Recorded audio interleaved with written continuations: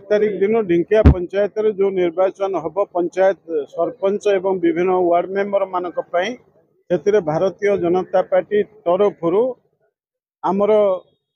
मनोनीत प्रार्थी अच्छा बासंती खटुआ जड़े अवसर प्राप्त शिक्षयत्री एवं उच्च शिक्षिता एवं अतीत दिन में परिवार एक राजनैतिक परिवार भाव ये पंचायत अनेक सेवा करिसेंती। ता सहित वर्तमान जेतेबेले नूतन भाव एठी एक कारखाना होगा जाउची से समय जड़े योग्य सरपंच प्रार्थी से जीतिले प्रकृत में ढिंकिया पंचायत अनेक उन्नतिमूलक काम हो पार। अतीत दिन में ये ढिंकिया पंचायत विभिन्न समस्या संगे मु जोड़ी एवं तार समाधान रे प्रयास करिछि अनेक उन्नतिमूलक काम मु अच्छी। तेणु से भाव में जदि जड़े सरपंच प्रार्थी निर्वाचित होकर जाती ताहले मु सांसद भाव में अच्छी एवं आमर एठिकार स्थानीय नेतृत्व जे सत्यसारथी महांती अच्छा आमे मिलित भाव में ये ढिंकिया पंचायत किभली भाव में उन्नति हम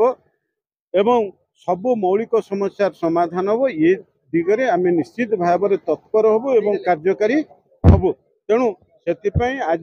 जो साधारण सभाटी आयोजित होता से आमे निवेदन कलु जे ढिंकिया पंचायत सरपंच प्रार्थी आमर बासंती खटुआ को एठी बहु परिमाण रे भोट देकी निर्वाचित करिया। देखु गोटे कथा जे भारतीय जनता पार्टी नुआ सरकार होती लोकंकर आस्था अच्छी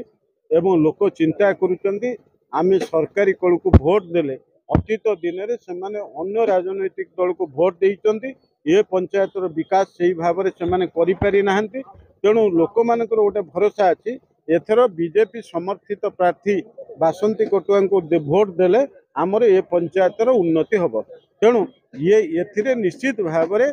भारतीय जनता पार्टी मनोनीत प्रार्थी प्रति लोकंकर समर्थन बढ़ी एवं आमे दृढ़ आशावादी एथरक बासंती खटुआ निश्चित भाव में निर्वाचित है।